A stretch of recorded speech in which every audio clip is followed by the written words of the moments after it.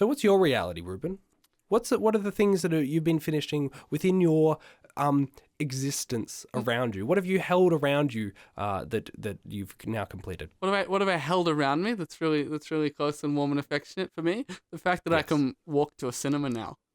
Oh, That's right, baby. I walked to FOMO cinemas and I watched a weird intro because they always have something weird on there instead of ads, which is great. And then I watched a movie. I watched what film. movie did you see? I watched Mickey 17 by Bong Joon-ho. Now, what a coincidence, I've actually just come from the cinema, the Kips Bay AMC in that was one of the good ones, apparently. Yeah, it was pretty alright. Kips Bay? Yeah. It was an IMAX one, so it was... That's good. But none of the IMAXs are big at all. Yeah. Like, they're all, not very good. IMAX doesn't but mean that's IMAX fine. over there. What did you think of this movie? What did I think about it, or should I tell listeners a tiny bit about what the heck we're talking about? All right, tell listeners what it is. All right, Bong Joon-ho, he made Parasite, he made Snowpiercer. He makes class-conscious sci-fis and comedies, I would say. Okay. And so this one, we've got Robert Pattinson starring as Mickey 17 and also some other characters. And Mickey signed up, because things were real bad on Earth, Mickey signed up to be an expendable, which means that he does all the really shit jobs that are like radioactive or freezing or involve getting stabbed or a deadly virus. Or and like then, being in a movie with Vin Diesel, yeah. The Expendables. Oh, very good. Very good. Thank you. And then when he dies, he gets fed into a big furnace and reprinted, and he comes out. I was gonna say fresh as a baby, but he comes out fresh as a Robert Pattinson again. So that's the pitch. That's the kind of sci-fi pitch, I reckon. And they're on an expedition to a far-off planet called Niflheim to create a colony. Why do you reckon it was called Niflheim? Because I'm now very familiar with all of the different realms of Norse mythology due to the God of War games I played so intensely. Niflheim's the one where it's all like, it has like acidic smoke, but that also could be just in the God of War video game. Could be. I think they just wanted a cold planet and they picked a name and didn't think about it much more. Okay. It also, this is based on a novel, so it could be from that, but that novel is called Mickey 7, so I don't know if this is the same. I think this is a different Mickey. I heard that the reason Bong Joon-ho changed it to Mickey 17 was just because he wanted to kill Robert Pattinson some more. Yeah, look, I don't think 17 is nearly enough. Oh, you want more. We see at least half of those in the film. Like, I want the idea that this guy has been absolutely rinsed through. I don't know. I think that they killed him an appropriate amount of times. Yeah? Like, he still has his sanity. If it was Mickey 498, it's like, well, this guy has literally no care. That would be a different character to what he is in this film. I see what you're saying. Yes, that would be a more, like, completely nihilistic sort of and thing. Also, it would be at a different stage of life. Like this film is set like 2057 or something like that. Still seems like a very accelerated from our current world. Yeah. But if you had him dying that often or that you know, hundreds of times, there's a very short time period in which between the start of this film where they land on Niflheim and the end of this film, the climax. Yeah. It would have, the climax would have happened and like so many deaths would have, you know. Okay, I'm coming round to 17. I'm coming round. This thing has an enormous pre-title sequence. Like it does the credits, opening credits, and then before it shows you the actual title of the movie, there's, I don't know, I checked the time and tried to like remember when we'd start. I reckon that thing's 20-25 minutes. It was a very long time. I laughed out loud when I saw the I saw the title card. Yeah. But also, it works as not a title card as well. It is because, as you said, every time he dies, a new one of him gets reprinted. It goes from Mickey 17 and then it flips down to 18. Yeah, Mickey 18. That's also just like communicating what's happening. Yeah. So it's not a criticism. I just think it's hilarious. Yeah.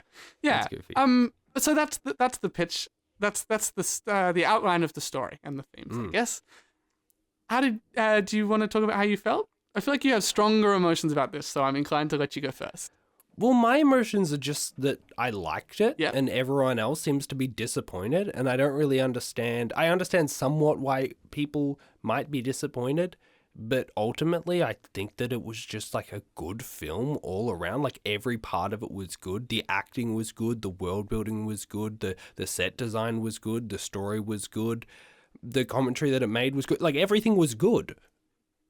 But people are like, well, it didn't it didn't shock me as much as Parasite did. I I do think this it one's wasn't a bit... as gruesome. It didn't do this. It didn't like. Why does it have to? I do think this one's a bit cursed with like difficult second album kind of vibes, even though it's not his second movie at all. But it is following up the one that won Best Picture and was called a masterpiece instantly upon release. And it's also, I don't know. I think this is maybe too soon to jump into this kind of commentary because it's only just come out, but I do think the fact that Trump is president has made both Brave New Bird Wings and Mickey 17 like people want more. They want something that like screams about the times, not just kind of discusses them. And I don't know. I do wonder how much that's coloring our experience of movies at the moment as being like not radical enough, even if they are discussing these issues. Yeah.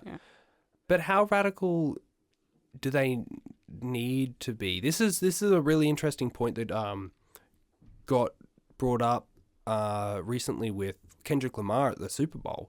People were upset because it's like it wasn't poignant enough. It didn't put the finger at the American government enough. It didn't say it wasn't a rallying cry. It wasn't a revolution. Yeah.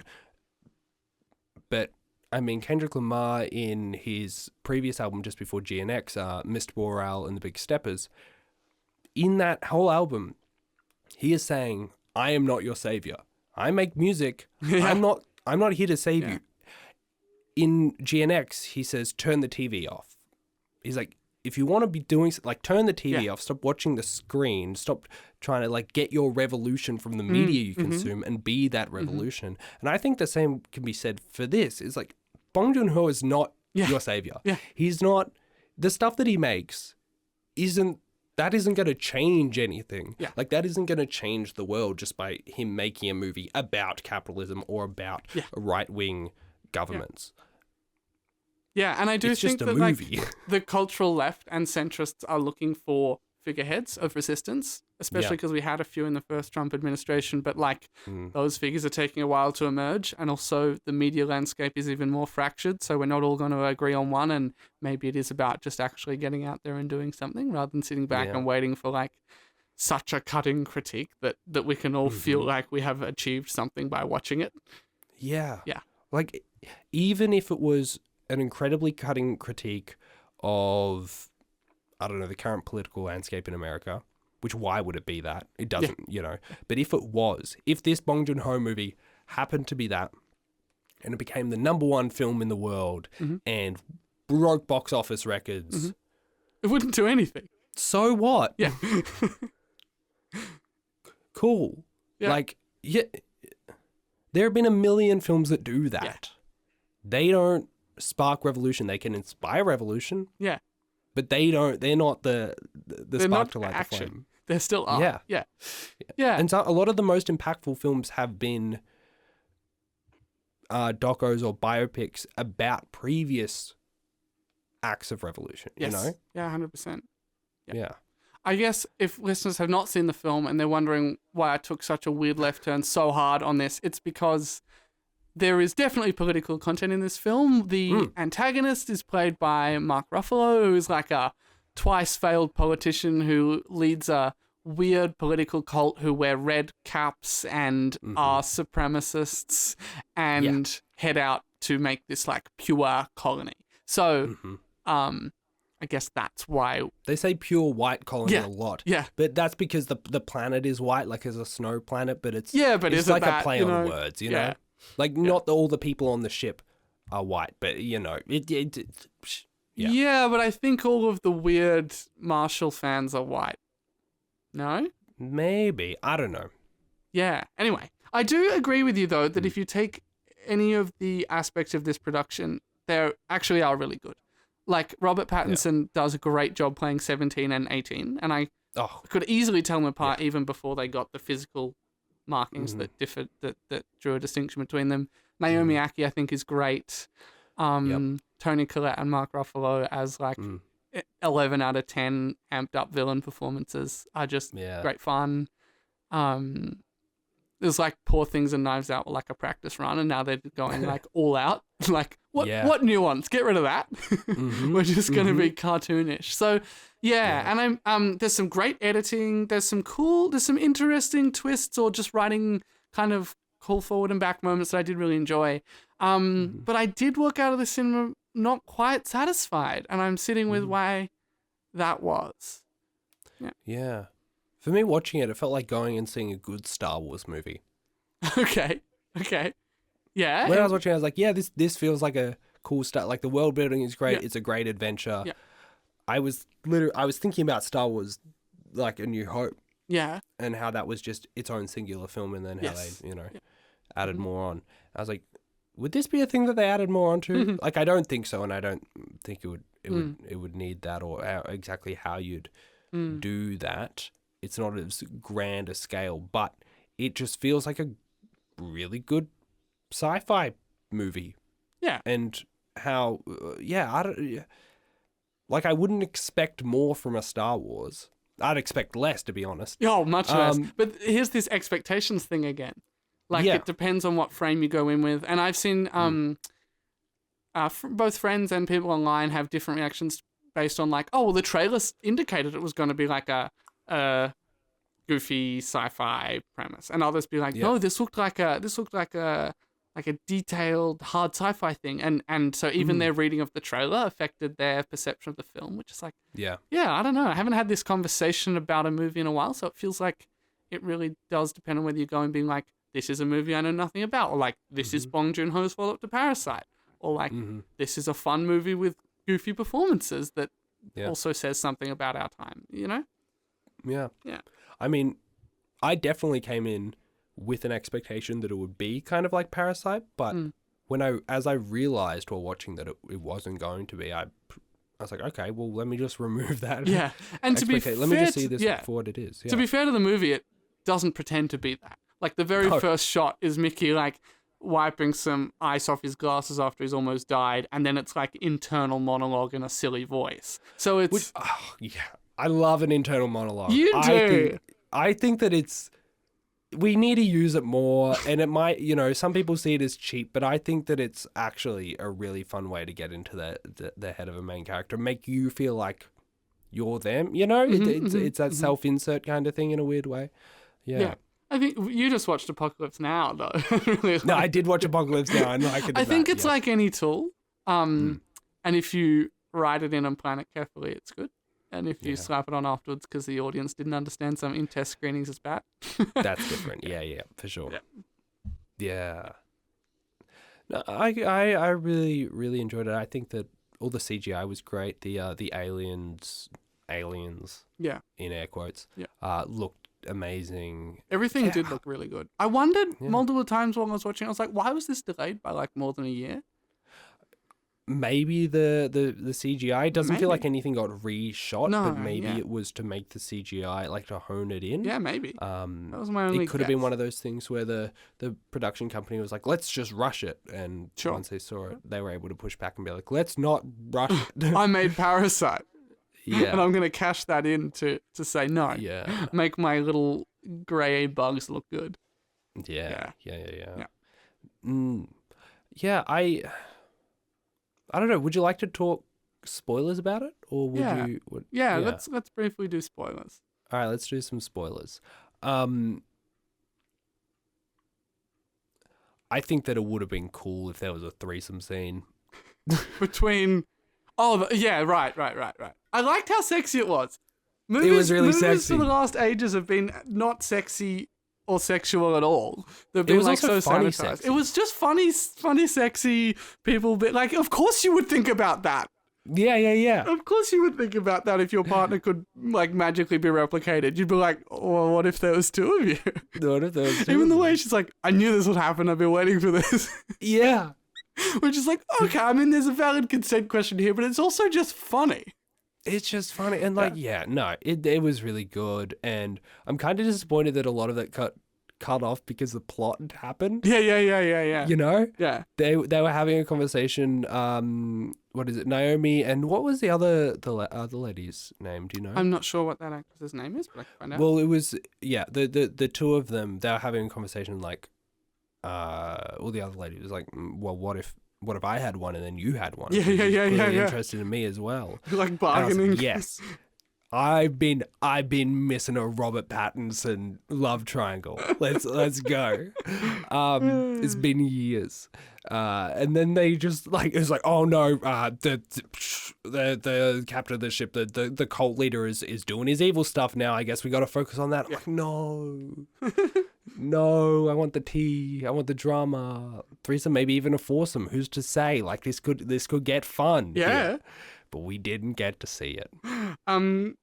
Nasha and Kai are the names of the two female characters. Nasha and Kai. Yeah. Yeah. Kai was the one who was like, I've been flirting with him and he seems to like me. So what if we just take one each? Yeah. Take one each. My favorite moments of this are when like the pressure would build over multiple like location changes.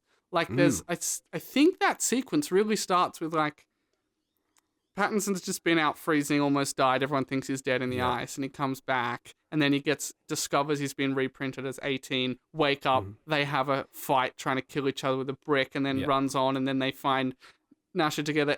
He gets pulled away like twice to do like bullshit capitalist stuff with the with the captain's like advertising fluffy bird costume guy, and then like comes back and then has an argument with his partner and his double, and then gets like whizzed down. The whole time they're trying to not be seen by anyone because it's not legal to be like a replicant. So I enjoyed those like consistent pressure building. I guess it's the Uncut Gem style of filmmaking things that were happening. Or that really long scene in the control room where Mark Ruffalo's like going wild as a commander, and Nash is like holding on to this poor alien with just her teeth on the rope the whole time. We just keep cutting back to her like she's still there, she's just holding on. And then a million other things are happening. They're getting strapped up with like bomb suits, and Tony Collette keeps almost exploding. Like I really enjoyed the high pressure and the editing of those scenes. Yeah. I really like the there must be an official word for it, but like the location placement communication in those hallways and the bedroom, like blocking? and the mess hall. Not the blocking, but just I knew that if they went through up the stairs and through a door, that would go to the bedrooms. Oh, nice. If they went out through the other way, that goes to the landing bay. Like, just the way they were moving, they went through the same areas. Yeah. Often enough. It wasn't just, well, we're in a new hallway now, or this hallway has no distinguishing factors. Which like, this is the place you could get away with in a huge spaceship. So that's a nice. And they often do. Like Star Wars, I feel like does that a bunch. 100%. It's like, we're just in another place with no railings. Yeah.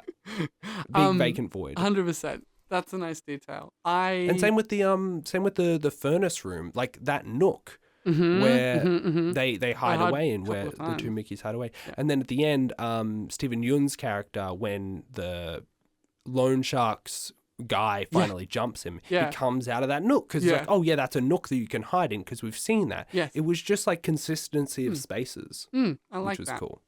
Yeah. I found it really... I loved the idea that everyone always asked him what it's like to die. I love that as a recurring joke and a thematic idea. My issue with it is that he wouldn't know. Because his memory gets reset every week, and then when he gets reprinted, he gets those memories imprinted. So he wouldn't know what it's like. He knows what it's like to be born multiple times again in the same body, but he actually can't answer this really deep existential fear that people have of like, what's it like when it all ends? Well, I think it's interesting because it seems like he does actually all of his memories up until the time that he dies do get preserved. Which is weird, even though at the start they say they do an upload every week or something like that. So I don't... Maybe I missed a little line. I don't know. I'm thinking maybe I missed something as well, but it seemed like through the way they were communicating outside of that one bit of exposition that he retains the memory. I also really like that point because it's like obviously a sensitive issue, and you have that in real life. You have people like, so what's it like to live with this disability, or what's it like to live with this disease, or even in day-to-day stuff where it's like, so what's it like with being a board game designer? You know, you just get the same questions all the time. You're like, oh, here we fucking go. Okay, yeah, whatever. And especially when it's a sensitive personal thing. So I guess not board game designer. But you know? Yeah, 100%. So it was really interesting when that character Kai asked him and you're like, oh, I thought you were nice. Like, he could be a bit more sensitive than that. But she's just lost her best friend, so I would want to know as well. When he says, oh, you asking because you know, your best friend, it wasn't best friend, it was girlfriend. Well, they were fucking. Yeah. Is it because she died? And she was like, yeah, that's understandable. Like, that's not a poking and prodding at your sensitivity. I'm exposing my vulnerability. I don't know. It was a really nice thing to show that, you can ask those questions. It just has to be within the right context. Don't just ask it for the sake of like, prodding at someone else's vulnerabilities. Anyway, this is still better than 90% of the stuff that's in cinemas. So, go watch this. Definitely, still. That's what I'm saying. That's what I'm saying. Yeah, very good. 10 out of 10 would recommend. I didn't give it 10 out of 10, but if you're asking you gave it like 3 stars. If you're asking me if you should go see it or not, and the only answers I have are yes or no, it's definitely yes. Okay. So 10 out of 10. If the options are 0 and 10, sure. No one's saying the options. According to these new rules that I've just received. They're right here on the screen. Yeah, the new review rules. They say 0 or 10. Podcast now. That's your words, not mine. Oh, not reviewing. I gave it a 4.5 stars on Letterboxd. That's big stars. I would have given it 5, but then I thought, actually, if this movie made me want to start a revolution, then it would be 5. What an unreasonable expectation. Yeah.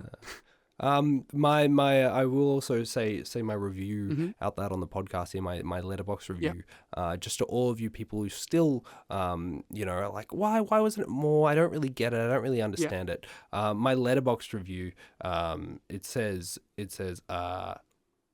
something along the lines of, sorry, can you stall for time quickly? I can go stalling for time. Stolen for time. All right, I got it. My review was, the people who didn't understand it clearly didn't watch Mickey 1 through 16. There it is, baby.